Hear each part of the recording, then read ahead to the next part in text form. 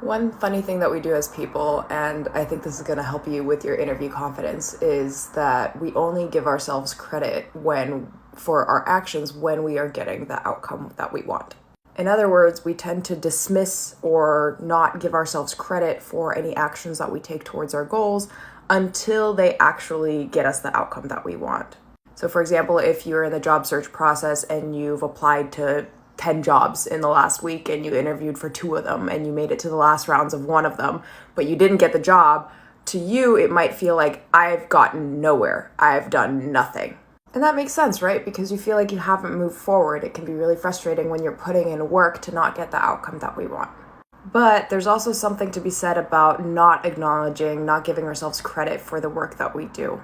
If you're only waiting to give yourself credit for what you've done, i.e. apply to jobs, go through the interview process, if you're only waiting to give yourself credit once you've actually gotten the job, you're going to feel real crappy along the way.